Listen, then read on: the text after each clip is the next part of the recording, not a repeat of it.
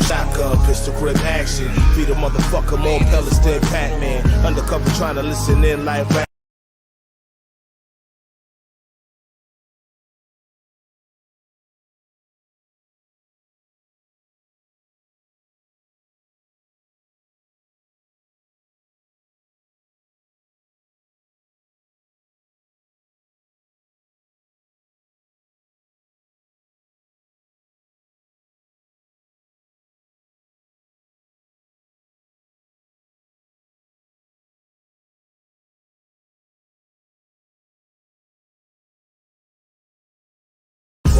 Shotgun, pistol grip action. Beat a motherfucker more pellets than Pac-Man. Undercover trying to listen in like rap.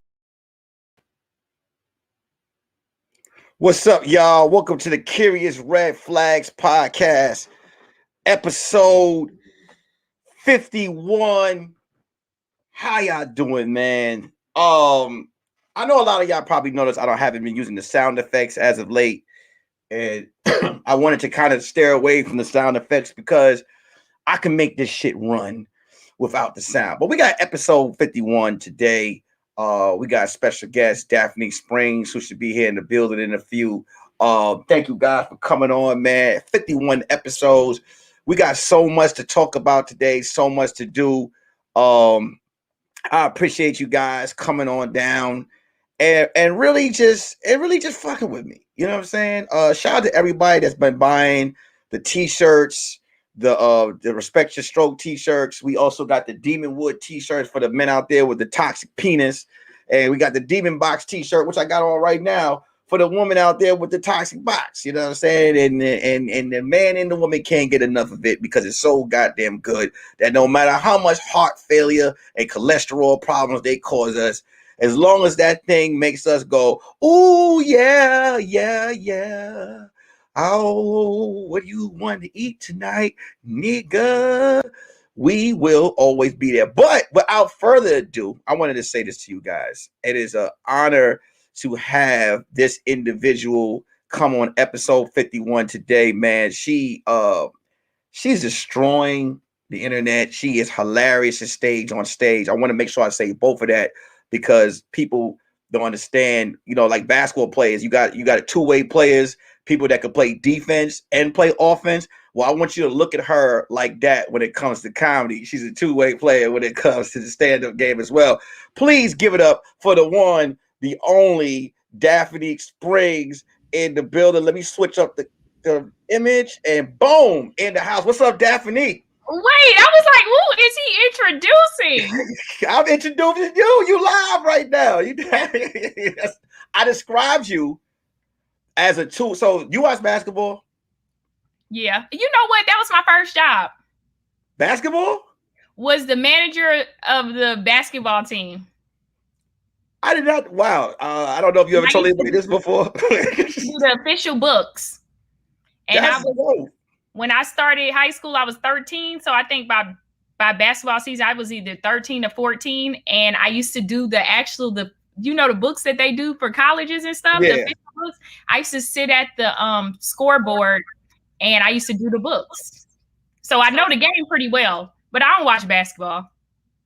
Well, you watched it. If you did so did people ever harass you when it came to like their scores and their numbers? Because I used to do the books too for some of the basketball tournaments, and then like you had to really pay attention when you writing like everybody's average and all that stuff down. Did anybody ever piss you off when it came to that?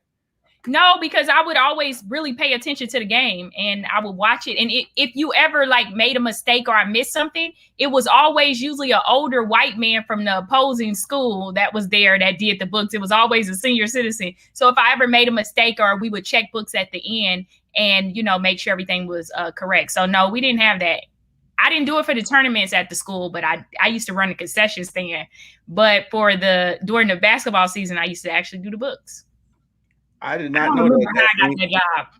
Well, let me tell you how I described you. In basketball, you got Kawhi Leonard, you got Paul George, and you got LeBron James, and they're looked at as two-way players because in basketball, you got people that either just good at defense or you got people that's just good at offense. I described you as a two-way player because you're hilarious on the stage and you're hilarious on the internet. So I wanted to make sure that I let the people know that about Daphnique. You know what I'm saying? Because out here in this game today, if you say, I don't even want to say that was stand-up, but I think if you say someone is hilarious on the internet, they just automatically think no. So I'm letting them know that she's a two-way player in the goddamn house. That's really how I was describing when you walked in. Welcome to the Curious Red Flags podcast. Let me just tell you a little bit about it. This is a podcast where we talk about the red flags in our life, red flags in our career. We don't look at them as a negative. We look at them as a positive, because I feel like when you look back at certain things, you laugh at it going on. Guys, this is Daphnique Springs. My mods, please, Daphnique, what is your Instagram so they can put it in the comment section? At IAMD Springs. At IMD Springs, and what is your Cash App as well? Oh, Daphnique Springs. I think it's on my name on here, right? And I'll send you some money. No. I put it in the comment side so I can pin it up in the comments. So when people see it, it's the money sign and then my name, Daphnique Springs. Isaac Gentry, if y'all could please put that in the comment section, so we can get it started. So let's go in. Because when I put your name on, a lot of people, first of all, family. It's weird for me when I go back home.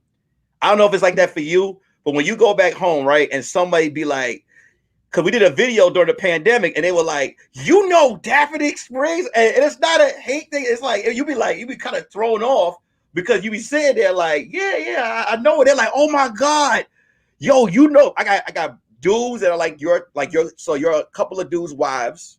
I'm gonna let you know that back home, a few guys have claimed you as their wife, and a few women look at you as like,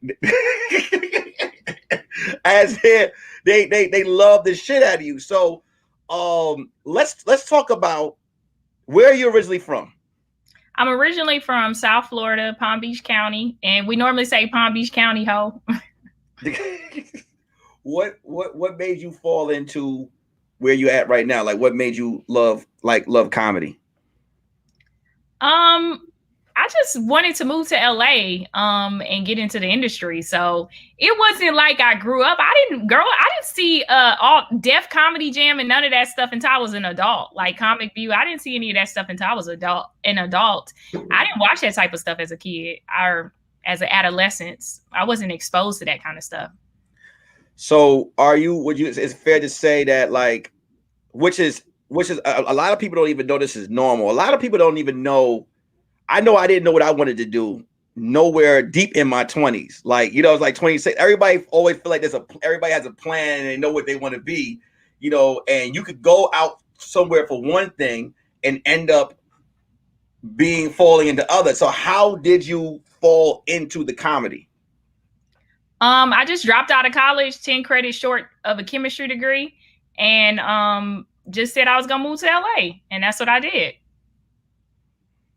No, I mean, I know you did that, but how did you fall into the comedy? Like, what made you say, like, stand-up comedy? You got to be specific, because when you're saying stand-up comedy, I'm sorry. Do you mean like the industry, or do you mean like stand-up comedy? Stand-up comedy. So 10 months after living in LA, prior to that, I had only been to one comedy show. Comedians used to come to my college, but I never went to those shows. I don't think anybody ever goes to college shows. Maybe nowadays when they have like the 85 South show or the Wildin' Out people or like a Kevin Hart, if the school got that much money. But yeah, back in the day, like people didn't go to comedy shows at my college. People went to like frat stuff, you know. So I remember some guy had took me out on a date when I was 21. He had took me out to see Bruce, and I was like, oh, this is amazing. It was at the Hollywood Improv in Hollywood, Florida. And then fast forward to that, this guy I went to college with, I dated in college or whatever, he had hit me up and he was like, yeah, you know, my homeboy live out there, you know, you should connect with him so you at least have a friend out there. And I was like, all right, cool. And then so his friend had a friend, this guy, Elijah, and he had a comedy show. And it was back in the day, you know, when you first started, you got to do them bringer shows. And that's where you got to invite 10 people, just get 10 minutes or whatever, and maybe get like $10 in cash. And he had a bringer show and he invited me. And then I saw him do it and I was like, oh, I want to do this. And then the guy, I talked to the promoter afterwards. And then after that, he was like, yeah, you get some people here, you can come back. And then I came back, I think in the next week or two. You know what's so funny? For the people that don't know what bringer shows are, I'll give you a bringer show story. I remember when I first moved to LA, and I got booked to do the Comedy Store, but this was the Belly Room. But to us, when you brand new, I'm like, oh, I'm doing the Comedy Store. So when I walked to the Comedy Store, I remember I went to the front, and I had told the promoter, I was like, yeah, I'm here to do the show. He was like, what show? I'm like, right here on the stage, the main stage. He was like, what's your name? And I was like, yeah. I was like, I'm Nick Carthan. He was like, and what's the name of the show? And I told him. He's like, oh, yeah, okay, that show. Okay, in the back, he said in the back area. And I remember, I don't know if you felt that way, but when I was walking towards the back, I felt like all the excitement just started to each step started to just fly away, because I felt like I was. And then when you start to realize, I was like, I thought I got booked for my talent, but they were the lady with the guy that was there was like, how many people did you bring? And I was like, oh shit, like you got to bring people to get on this stage. You ever felt that way? No, because I had knew the game. I comprehend very well. So if you tell me what it is, I know what it is. So when I go there, I already know what to expect. So, did you start comedy in LA? No, I started comedy. You already know the Bringer Show game. So in New York, we didn't have.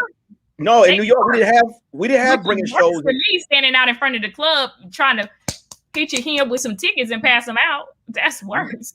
Nah, in New York. So in New York, when I started, we had the rooms. So I never heard of a Bringer show, or where I knew to say I'm going to be here and people would come, but I never was at a club where it was a demand that you had to bring 5 or 6 people to get on stage. So that when I came to LA, that was the first time I ever heard of that. I was like, I gotta bring 5 or 6, and you have to bring 5 or 6 people, because I remember when I got to the show that I brought nobody. Like as soon as they brought me on, they was like, all right, that's your time. And then and that was it. And I was like, hold up. They was like, you didn't bring enough people. So all right, I got the whole Bringer show vibe.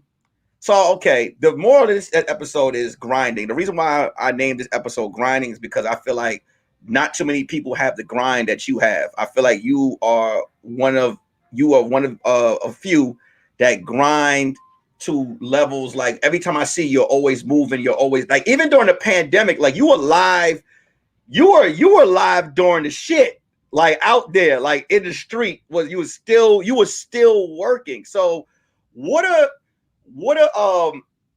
you're grinding, what is some of your pet peeves about, if you have that level of grind? Is there any pet peeves about people that you work with that they don't match the level of grind? Like, what is it that you see about someone that this upsets you? Like, what's a red flag about someone that's saying they're trying to get to a certain level and you don't feel like they're using those tools? Well, when you say those two things, to me, that's two different things. So, if I try to give you advice one time and you don't take it, then it's okay. I'll just move on. I'm not too concerned. It's your life. I'm gonna live my life and you live yours. But when you say of like people showing up to be in the sketches with me, and I don't like people that are late. I don't like people that are, when I'm trying to say everybody, okay, let's explain things and go over the sketches or whatever, people like not paying attention or on their cell phone or talking. It's like, I expect you to be quiet right now. You can talk on later, or you can go home and talk all you want. Also, people that tell me that they can do a certain skill, and then when they show up just to work with me, and then when they show up, they can't execute that skill. Could be camera skills, it could be lighting and all that other kind of stuff. So just stuff like that. And that's pretty much it. That's like the only issues I run into is people being late. Because, I pay for everything, but I allow people to post stuff. So it's like I'm covering all the costs. The least you could do is show up on time, You know what? So I do want to address this. I will give this to you. I think you're one of the few that do this. So when people do sketches, like let's say they do sketches with you and they're in your sketches, it's a team project. Even though it's your sketch, it's a team project. I always notice that you tag everyone. Like at them in the sketch and you put it out. What's the deal? Like a lot of people don't like to do like you'll be in the sketches and they don't like to give the tag out. Like what is the secret behind some people not wanting to tag people that's in the sketches, and why do you do it? I do it because I'm not going to pay you to be in the sketches. So I want you get to a point where you can make your own money. So in order for me to help you build your audiences, I have to tag you, right? So because a lot of people, some people, I guess I've had only one person I ran into an issue where they felt they deserved some type of money from me. And the thing is that I could set you up so good. Are you gonna go back and pay me back for everything? Because now I done paid for a camera person here. I done took the time to edit the sketch. You know what I mean? I done got all the people here. So I'll buy food and stuff like that.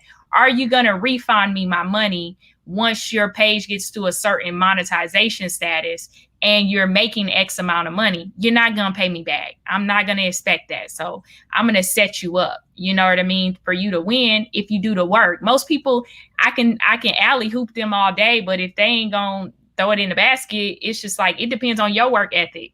You know what I mean? You can't count my money because your work ethic is bad, you know? So, but yeah, I guess that's pretty much it. I share a story with you about you that was talked about you that was positive because your name came up.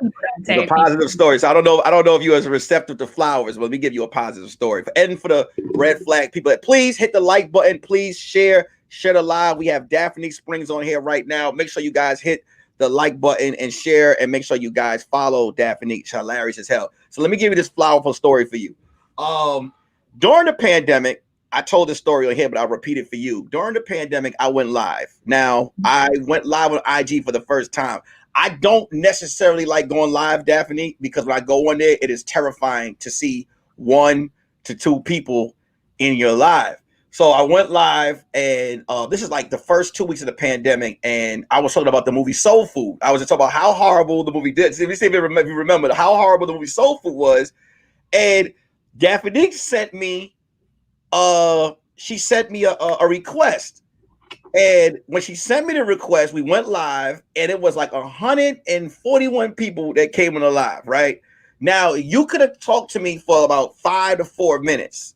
You stayed on the live. You actually resetted the live and came back, and I think we went live 2 days in a row. After we did this, you called me and you scolded me.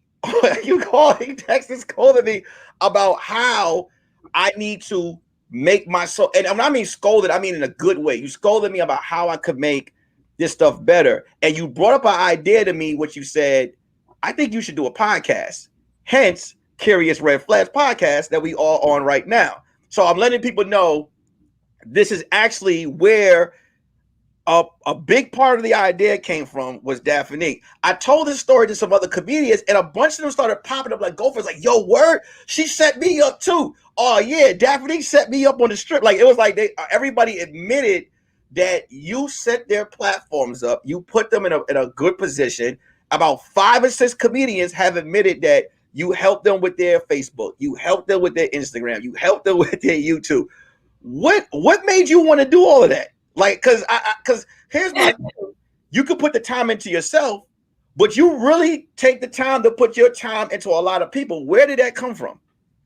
Well, see, I'm one of those type of people is, you know, whether you always gonna agree with me or disagree with my opinions, I am about Black people advancing, right? I feel like slavery is a choice nowadays. I'm not talking about the past. I'm talking about a choice. You know, I noticed that a lot of people like to blame the man and the system of why they're not advancing in life. And sometimes it's just about knowledge, right? A lot of us could be doing a lot better if we just pass the knowledge to one another. And my goal is to see people win. And I've seen some people actually surpass me in money numbers and stuff like that or whatever.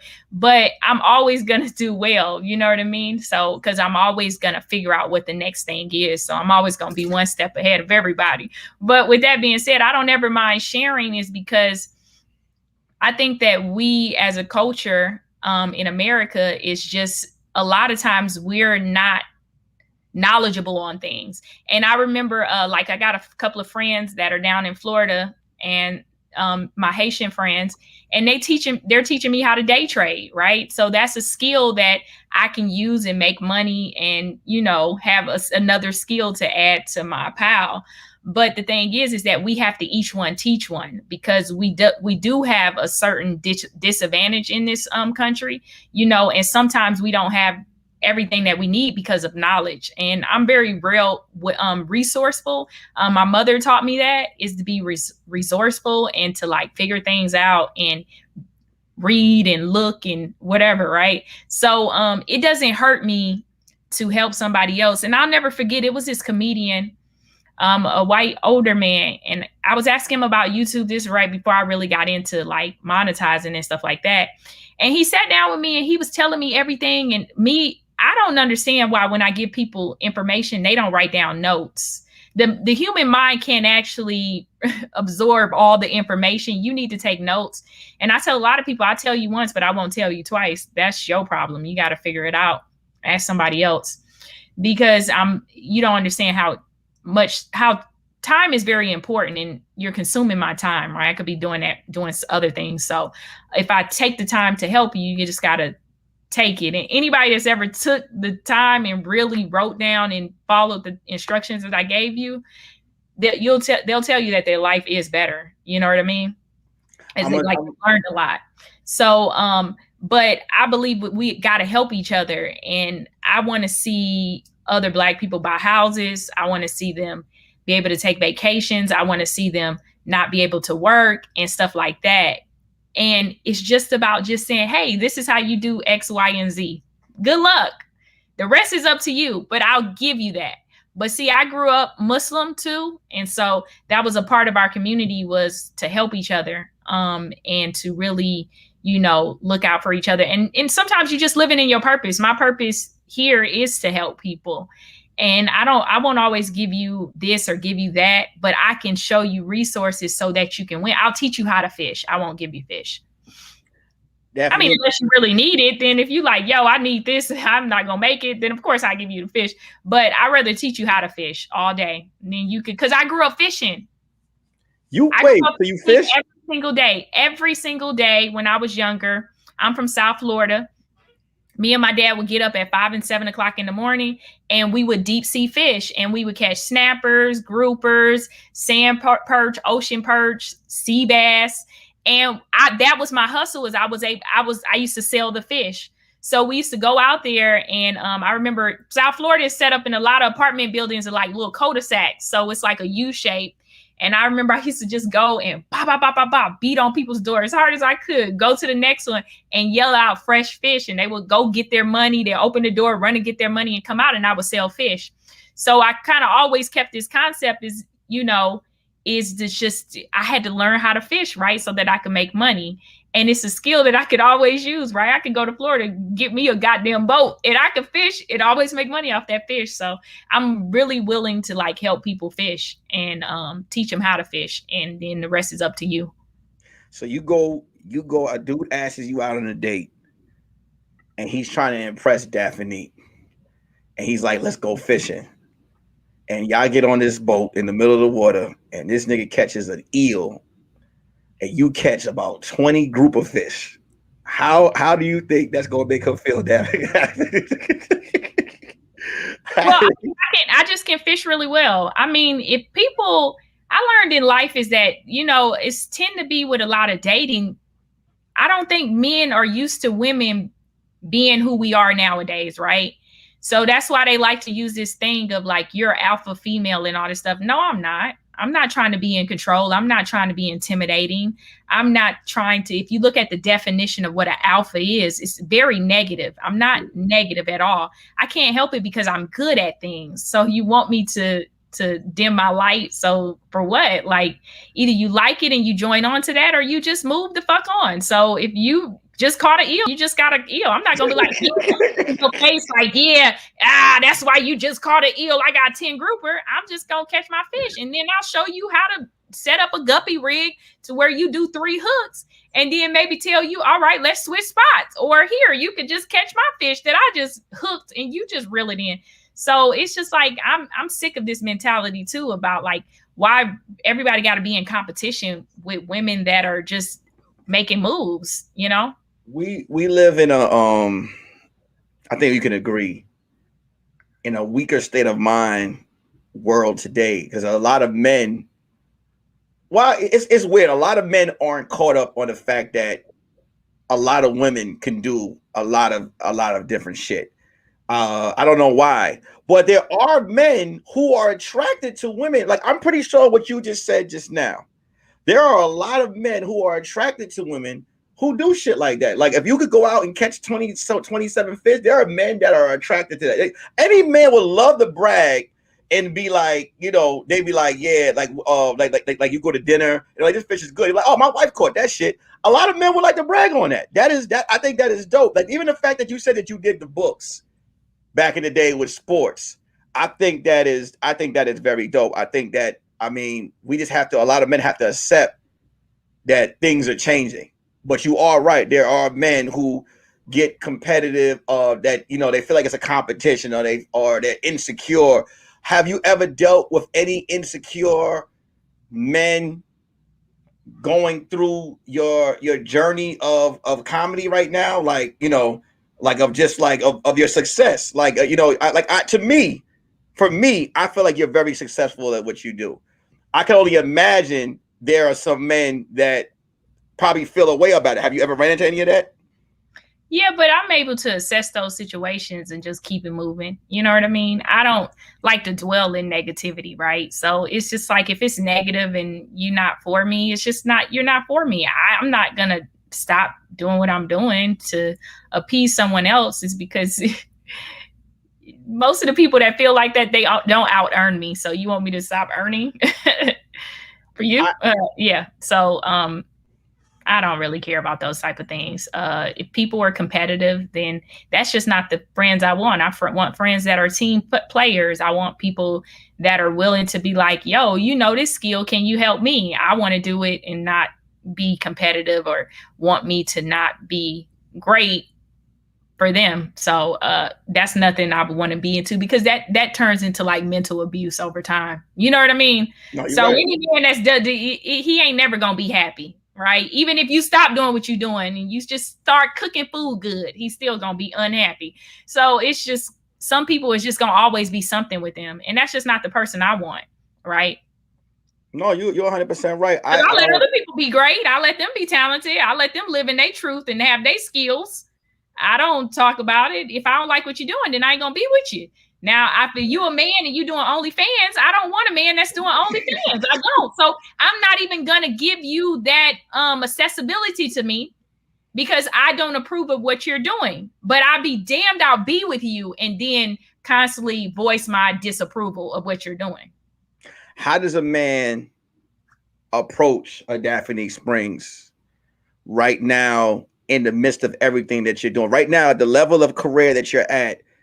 I think you hyping this shit up all the way too much. It's not that big of a deal. Like, I'm not. You act like I don't know what level you see me on, but I think I'm more. Wait. Let me just say this, because I see. I'm glad you said that, and I'm glad that you said what you said, because I want to tell you this, and I've said this to you several times, and I've also seen. That's my podcast head. I've also seen that when I think that what I'm telling you and how I see you, a lot of people see you that way. I think that I want to let you know that we see you that way. Let me explain this. When I first moved out here, I remember seeing you in 2011 and 2012. Damn, and I've known you for a long time. And let me just say that. You've been out here that long. Huh? I don't know. The years just be merging. I forgot you have been out here that long. I've been here that long. And so I remember you like 2013. I don't remember you 2011. You remember me 2013. That's when we actually may have spoken. But in 2011, I've seen you. Now, I want to say the reason why I'm telling you this and I'm putting you there for me, because when I see you in 2013 and then see your face and bright lights in Vegas, I think that that's something that a lot of people don't do enough of in the game. I don't, if I feel that you're at that level, I feel that you're at that level. And I think a lot, and I want to tell you this, I'm not going to do it now, but I could put you on the phone with 9 people back from my state that have you up here at this level. So I'm telling you, in my mind, I'm still trying to make it. That's the crazy thing. But that's how So okay, let me just get right into it. How does it feel to know that I saw the post that you put up, but now I want to hear it verbally from you. Your Faces in Vegas is on one of them casino things for the whole weekend. The whole weekend. How does that make you feel? Like, because you told me the stories of you waiting online to get on the Laugh Factory, to get a spot and do, like, come on, let's have it. Like all that. Look, I saw you on those lines. I saw you hang out at them clubs. I saw you take the no's. I saw you take the yeses. I seen you do all of that. So all of that to that, how does that make you feel? I'm one of those type of people that have to practice gratitude and being grateful for where I am, because I see myself being so far ahead that a lot of times I'm not sitting in the moment and like, oh, you don't have to worry about money. You don't have to worry about this. People know you, but I don't live in the moment. I'm living in the future of where I should be or where I want to be. You get what I'm saying? Not knowing that it is a journey. But yeah, with the Laugh Factory, I did 16 shows in 1 week. I had several billboards in Las Vegas. And it's crazy because I used to pray for things like this, right? And then but people don't know, like with the Laugh Factory, it took me back, I think, since like 10 years ago. I mean, yeah, 10 years. I used to hang out at Chocolate Sundays every week. Pookie would tell me no. Lonnie would tell me no. DJ Sidekick would say he was going to ask, but didn't ask. I'm asking everybody, could I get on? Just going up there every single week. That's why I be telling some of these young comedians, you think you so funny, but you don't hang out. You don't go places. Don't nobody give a fuck if you funny, if you not out, you know what I mean? Don't you think you're funny. Yeah. But other people have to know, right? So it's about always putting yourself into the position to get to the next level. And so I used to hang out at this spot every single Sunday. I would go up there. Even if I didn't want to, I went. And then I would ask, and then I would just go sit upstairs, speak to people, come back the next week, do it all over again. And then with the Laugh Factory, you know, to get into the main part, because Chocolate Sundays it's an independent show. And then so with the other part of it, I would show up at, you know, the Laugh Factory and wait in line. And I would have to wait outside in the hot sun for probably like 7 hours, to the point I would be the first person there.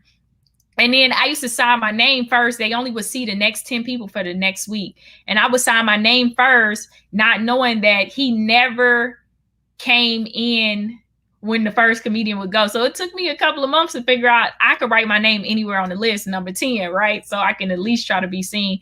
And then just to get past and then not get spots for a whole year to where I get spots every week now. So it's just like a grind and a hustle, you know what I mean? And you just got to continue to do good and work good and just become better at your craft. But I always tell people, we live in a world of possibility. Everything's possible. You ever have a moment where you sit down to yourself and be like, damn, I did it? Like, I mean, just, you know, like I said, for me seeing that, I can only imagine the Vegas thing. I can only imagine, like, did you ever have a moment during that week where you was like, it paid off? Like, you know what I'm saying? Like one of those emotional moments. I get what you're saying, but like I tell you, always in my mind, I have so much farther to go. So I'm not looking at it like that. Oh, okay. So what is your long term, like, where do you see Daphnique? What is your long term goal? Like 5 years, 6 years from now? 5 years, 6 years from now, I would like to have like emerged and like be at the top of my game in television and film. And then sometimes I ruffle with, I could always go back home and be okay. You know what I mean? So yeah, it's just either here or there. It's either this 180 or this 180. Okay. I mean, I can see, I definitely, one thing I could always say about you is when I do see you, you're very positive and you're very, you know, from what everybody tells me, you're always very positive. Like I said, you have helped a lot of people out, and I think that's a dope skill. I actually, one time I heard you on Clubhouse, and you were in there helping a whole shitload of people, and you had patience, because patience is key when you're helping. I don't always have patience. Maybe that. What is your most non-patient situation? Like what has someone ever done where you were like, I've had it, like I'm through? where people ask you for help and then tell you what they want you to know or tell you what they gonna do, then move on, bitch. You asked for help. I didn't offer it. So don't tell me what you think is right. Because if it was right, it would be working for you. Because one thing I'm always willing to do is listen, right? Mm-hmm. Opinions are like assholes. Everybody got an opinion. Everybody got something to say. But I will give you the respect of listening. Whether I use it or not is up to me. But at least I'll listen. I'm not going to combat me asking you for help and you telling me what to help me. I respect. Unless it's unsolicited. Like, that's like, I didn't ask you. Shut up. You know what I mean? Don't try to tell me what to do with my life. But just if I ask you for something or ask you how to do something, I'm going to listen to what you say. Do you think that comedy, social media, with social media now, do you think that movies and TV has changed for the good or the bad? I saw a post where someone was saying that I'd rather just watch stuff on my phone than actually pay money to go to the movie theater. And I thought about it because I was like, shoot, I could watch most of the stuff from my cell phone now. So do you think that it's changed for the good or the bad? Like, do you think like how movies were looked at back in the day, do you think that it's done for, or? No, absolutely not, because of like stuff like streaming services and stuff like that. It's so many different outlets to put stuff on. I think that what has changed is people can really take matters into their own hands, right? Mm-hmm. So I think that's what's changing, is that back in the day it was like a formula and a way to do things, right? You had to get an agent, and the agent had to introduce you to a studio. Nowadays, people are shooting whole movies or short films or what you call them on the cell phone. So yeah, I think it's nowadays you have the power with a phone, you know what I mean? Technology, right? Because I made probably my first 200 sketches, maybe 300 on a cell phone. So it's just like, oh, I have the power to do these things myself. Here's what's so crazy about you said people having to listen. I was watching an interview with Country Wayne just the other day talking about social media and how you have to be consistent on social media, and everything he said word for word, you actually said to. I was telling, so I was like, Daphnique just said all this shit to me that he said in the interview. Because I told him. See, and there we go. And this is what I'm getting at. This is why I like, here on the podcast, what I like to do with a lot of people sometimes, because I had this conversation with another comedian, and he couldn't really accept. He thought I was just like, nah, you dope, bro. You doing your thing. And he was like, thank you. He told me, he called me later on, like, thank you, man. I didn't know. I thought it was something he was up to, but thank you so much. I feel like a lot of us don't give each other the flowers we deserve before we're like, don't give me the flowers when I'm like on the big screen and I'm super successful, because, okay, it's here. But how about the flowers on the way up? I feel like so many people have such a crab mentality of like, who's funnier than who, or who's doing this or who's doing that, that's why, like I said with you, I was in a conversation and your name came up. Several people, I don't know if they give you these flowers, but these flowers were given to you in a group setting, where they were like, to the point where they gave you this name, the queen of social media. Have you heard that before? No, I could like to call myself the Harriet Tubman. Why you call yourself the Harriet Tubman? I done freed a lot of these niggas, and I could have freed so much more if they would just listen and follow directions. Daphnique, I feel like you're gonna have sons. Oh, talk to me. I think you're gonna have 3 sons. I think the way you are, and the how stern and how positive and the way you talk, you're gonna have 3 boys. I don't see girls. I see 3 boys. But it's the crazy part is that my mother is kind of similar to me, but she's really nice to me. You're a nice person. I didn't say you were nice. I just think that a lot of people always try to say, "Oh, I'm stern and I'm mean," and it's. But you got to also understand that, and I hear this a lot from men, right? Because men want women to behave a certain way, and because I'm a lot of nonsense, you're not gonna be overtly sexual towards me. You're not gonna, be too touchy with me, you're gonna respect me and stuff like that, I get labeled as somebody that's kind of like mean or don't take no bullshit. They don't say they respect me, but they don't say the most. They be like, oh, she'll get with you. No, I'm just asking for respect, because if I was a man, they wouldn't treat me like that. So I have to, when it comes to business, I have to tackle it a different way in order to get the respect, because if so, people, you'll be surprised, people can be very disrespectful. Well, right? what is it about the sketches or the I don't get it. I'm not saying I don't get it, because I've heard this before, but I want to bring this to the crowd of people that's on the show that's listening right now. What is it about you as a woman that's trying to get a project off the floor that makes niggas feel like sometimes men don't respect my opinion, right? So if I tell you to get a certain shot, I know what I'm doing. You get what I'm saying? Mm-hmm. I don't speak on things that I don't know. So if I tell you to do something, you start to become challenging towards me and argumentative, because you don't want to listen to the fact that I might be right because I'm a woman. So then it's like, so now sometimes I have to come in and just be like, all right, then I won't work with you, or so. And they like, oh, this, that. They want me to just constantly be like, oh yeah, do whatever you want. Sure. Yeah. Yeah. And it's like, no. Well, have you ever lost out on opportunity? You'll never hear nobody say I'm difficult to work with, or I didn't show up and show out, or I didn't show up on time. You're not going to hear those type of things. It just comes like, oh, they want you to let them do whatever they want. And sometimes it's like, I've invested in all of this stuff. I spent out a lot of money. You know what I mean? People think that, I tell so many people this, they're afraid to spend money. And I'm like, it take money to make money. Just like with your whole, I'm looking at your stuff right now. It looks really nice. You set that stuff up, you put it up, you bought some pictures or whatever. And then, so your presentation is good, right? So versus someone like my background, I mean, I don't do podcasts here, but you get what I'm saying? Mm-hmm. It's like, what are you willing to put into it?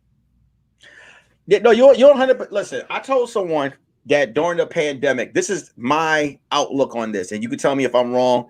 I told someone, it was a comedian, up and coming comedian, because apparently we don't know shit. Us, like, you ever give someone advice and it seemed like we don't know shit? Like a younger comedian will act like they'll tell you more than what you know. So he was basically telling me after the pandemic, he was just like, man, I'm tired of this internet shit. Like, nothing can catch on. And I told him, I said, you lost. And he was like, why? And I said, because I feel like the pandemic was the perfect time for anyone who didn't have an internet presence to catch fire, like to at least gain some type of fan base to go on. I felt like that was a time period where when the pandemic started, everybody was live. Every page was live at that time. Like, and you had Zooming with the homies, and you had Did You Miss Me podcast, and you had you doing your sketches, and everybody was working. If you missed out on that, I think you have no one to blame but yourself. I really feel like that lockdown really helped a lot of people. A lot of people who are unheard of got known during that. Like I said, that's how I connected with you. Honestly, I built more of an understanding and relationship with you during the pandemic, because I had several conversations with you where you sent me YouTube tutorials and you sent me this and you told me that. Do you think that anybody that missed out on that is they just really just missed out? No, I disagree with you. It's okay. This shit is the NBA, right? Mm-hmm. Everybody ain't gonna make it. Everybody don't take on to fans, right?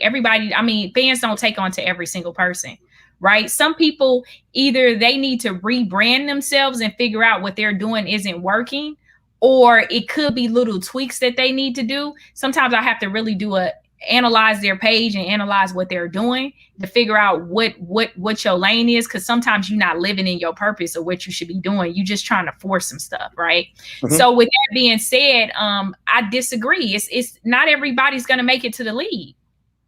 And just because you started putting out content and being consistent don't mean you was going to make it. And because people don't take to everybody, right? So people like who they like, right? Well, you can get somebody that do shit the same way I do it, do the same way D-Lay do it, do the same way, You mentioned Country Wayne earlier, you La La Milan, and people won't take to them. People like who they like, and that's just who it is. The people are the ones picking, and the people don't pick everybody. You're absolutely right. I don't think they pick everybody, but I do feel like if you during the like I said, like I feel like during the pandemic, if you were a comedian who didn't try to figure out how to better their brand at that time, because there's a lot, I mean, all right, I want to talk about podcasting. There are comedians who got a lot of comedy work off of the pandemic, Zoom shows. There were a lot of comedians that got involved with sketches. I like, for example, I'm pretty sure you were easily more approachable to work with certain comedians during the pandemic than you were before the pandemic. Like I had Malik S on my show one time, and Malik told me, and we're cool. He was like, bro, we would have never did this if it wasn't for the pandemic. Let's just be real. We would have never spoke. We would have never had this conversation. He was like, but right now we ain't got shit to do. So at this point, a lot of comedians that were at high stature or medium stature, everyone kind of mixed. So I'm just saying, in that point, if you missed out on that and you were just like, I'm not messing with the internet, I'm not doing any of that, do you think that like they just kind of missed out, or you still disagree on that?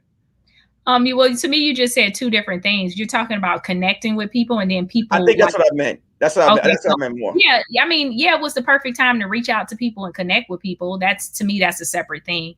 But when you talk about everybody, people should have exploded, I don't agree with that part. It's the people are picking. So sometimes the people just don't pick you, or sometimes it's just not your time. Some people expect because they've been being consistent for 6 months and it was going to pop off for them, when it really might take that particular person 2 years for people to catch up.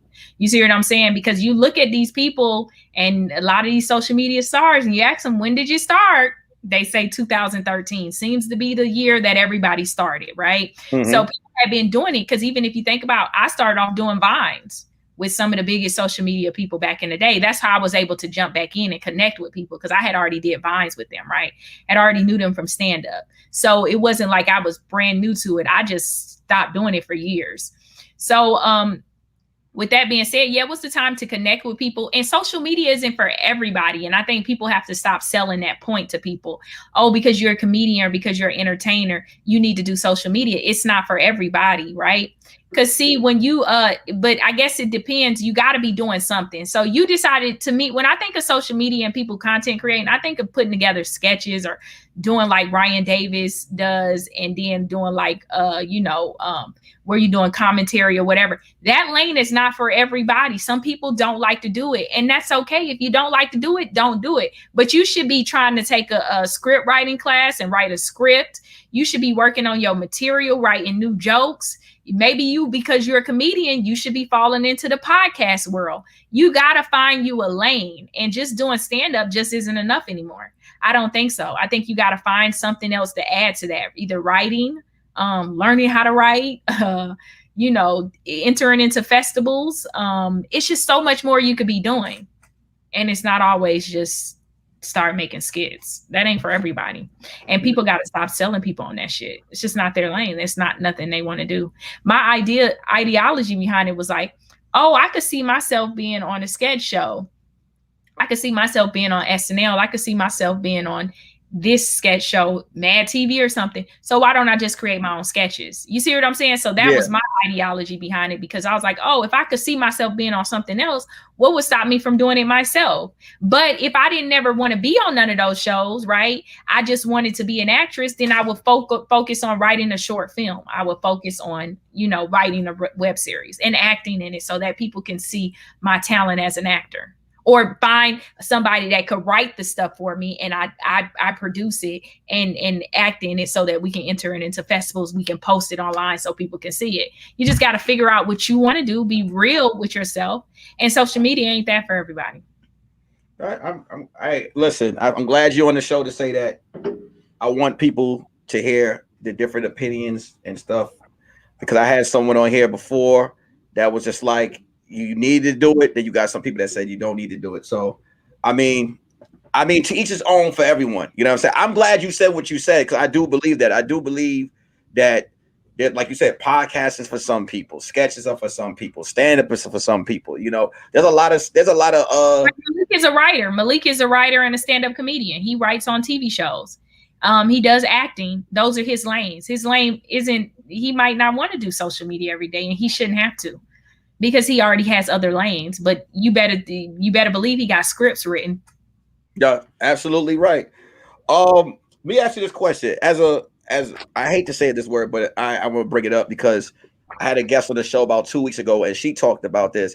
As a woman in the male-dominated industry of comedy, and now where we're seeing just, you know, a lot of women are rising up right now, rising a lot, like it's a lot of female actors, comedians.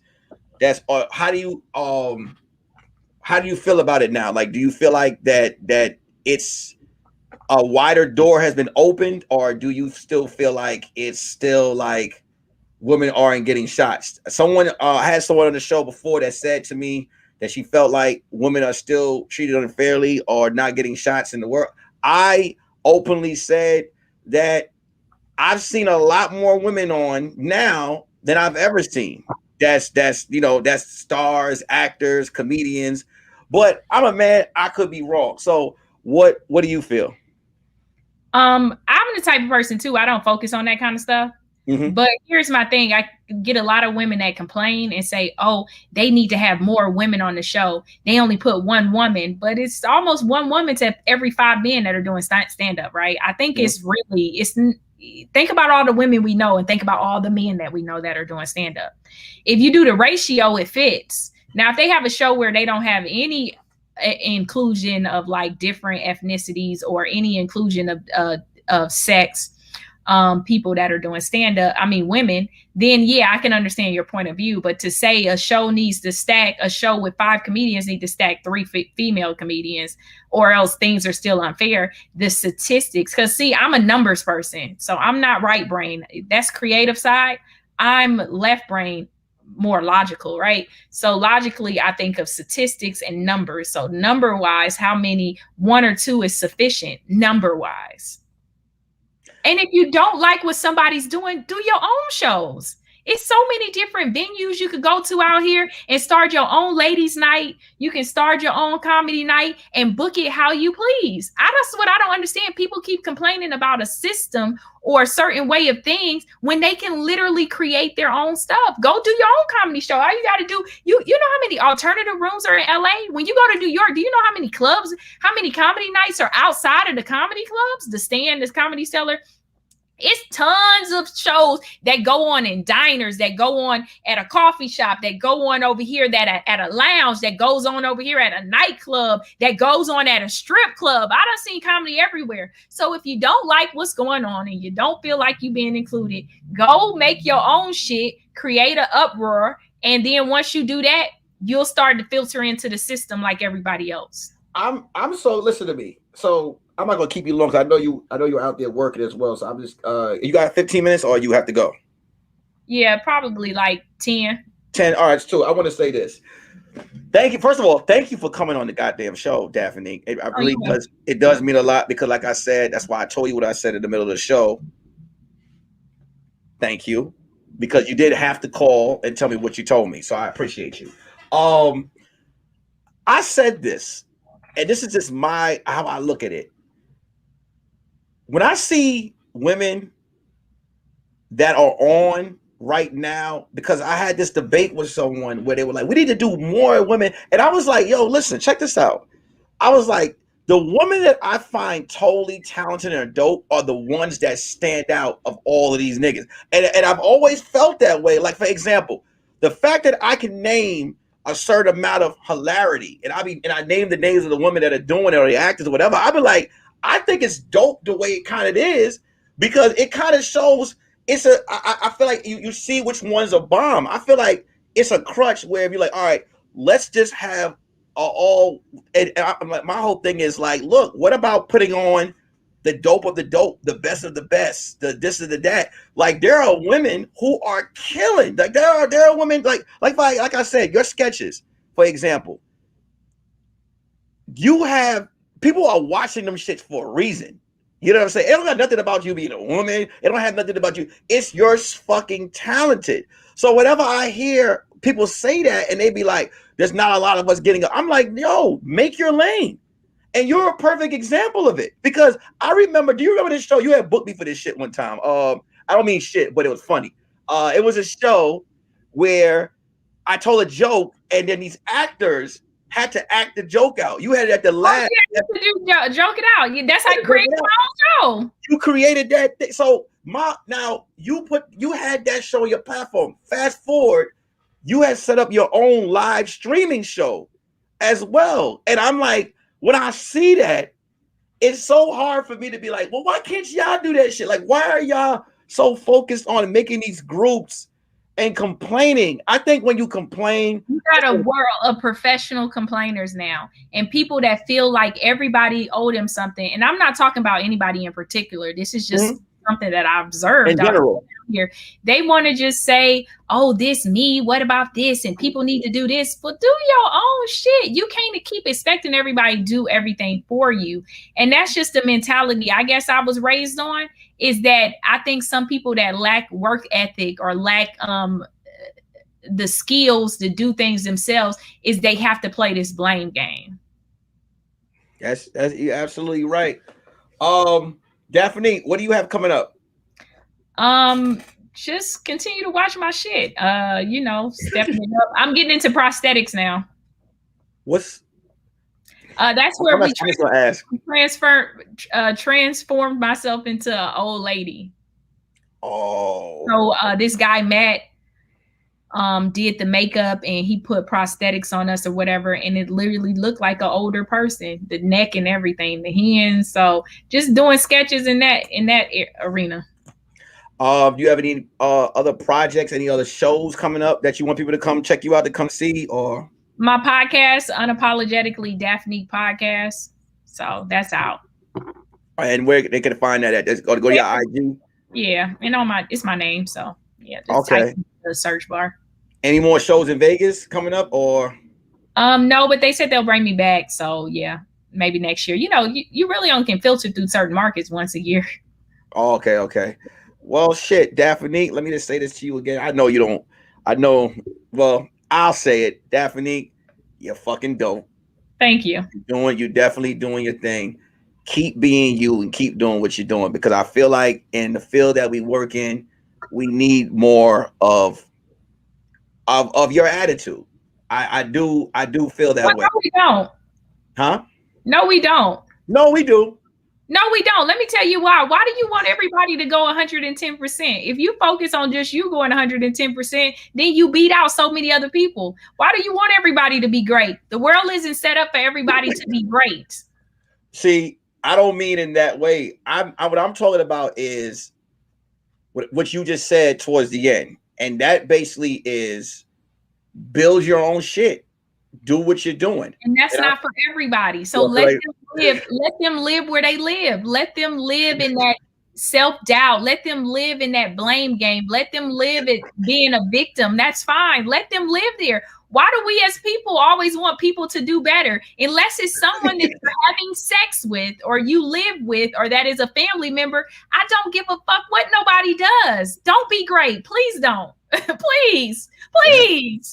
Please don't go to the comedy clubs and try to get on the stage. Please don't. Please continue to blame everybody else for not having inclusion. Continue to do that, please. I beg you. Don't live at your full potential. Daphnique, you are one of a kind. Thank you so much for coming on this show. I really do appreciate you. And I'll see you when you come back to LA. So I'm in LA. Are you in? I thought you were in. No, I didn't end up going to Vegas. I didn't end up going. Oh, that's why I was like, I thought you were out there. Okay. So, my mood changed. I'm like, man, I ain't feeling this. Well, thank you so much, Daphnique. Make sure you guys follow Daphnique on her Instagram page. Make sure you guys support her podcast and everything that she's doing. Thank you so much, homie. Thank you. Where are you from? I'm from New York. Oh, okay. Dang, you normally say you say my name like somebody in the South. Who? How do I say it? Daphnique. Yeah, that ain't my name. It's Daphnique. You know, I have your name of my phone spelled wrong, so I went on your Instagram to get your information for the show. Daphnique. It's 2 syllables. Daphnique. And you just do 3 syllables. So I thought she was from the South because people in the South always say Daphnique. Daphnique. Like that. So say it again. Daphnique. Daphnique. 2 syllables. I'll call you Springs. Go with that. Huh? I will not answer by my slave master. Hey man, thank you so much. I really do appreciate you for coming on. And what you told me actually worked with the clips. So thank you. You're welcome, man. Peace, homie. All right, bye. All right, later. What's up, y'all? We still got more show to go. Get up for Daphnique Springs. Share the live, y'all. Share the live. I still got a lot of shit that I want to talk about. So I don't want y'all going anywhere. First thing before I get into the topic that I also want to talk about as well is that I will be I got some stuff that I'll be working on. So I'm thinking, I don't know if I'm going to pre-record episode 52 after I do this. I don't know yet because I'll still be doing the Curious Red Flag versus the World morning show this Tuesday. I'll still be doing that, but there's a topic that I want to talk about. So I don't know if I'm going to record it and put it out this Sunday. This might be the first. Nah, you know what? I'm going to record it after this episode because I just feel like if I miss out on this episode, I won't do the shit and it'll throw me off. So I will record episode 52 after this. I do want to talk about this real quick on the show. Yeah, Kenny has been slacking. Kenny's been fucking up. So I'm gonna let you guys know I laid Kenny off for a little while. I want Kenny to know what it is to feel like he's needed because he was kind of pissing me the hell off. So I want to talk about this, and this is something that I want to talk about in this episode. Should I drop this episode and restart the live? If I restart the live, will you guys even fuck with this? Like, would you guys come in strong? I feel like I have a large audience here right now. I wanted to talk about family and friends, the difference between family and friends, because a lot of people feel like family is family and friends is friends. And sometimes I had this conversation with my boy where I was like, I've got some friends that I kind of love more than certain family members. And he was like, word for word, you're not supposed to do that. And I'm like, nigga, what? You know what I'm saying? There's some family. Just because you family don't mean that you fuck with me 100%. So I want to know. So here's what we're gonna do. This is episode 51, the Daphnique Springs episode. And I want to give Daphnique's episode some room to kind of breathe on its own. But I want to thank everyone that's fucking with the Curious Red Flags podcast.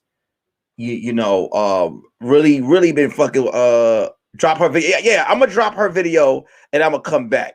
So give me about 5 minutes so that I can upload this episode, and then I will come back and I will do another for you guys. So yeah, I'm gonna drop this episode and then I'm gonna come back with another episode for you guys.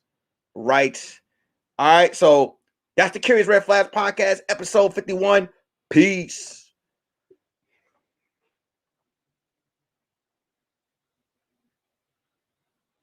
They know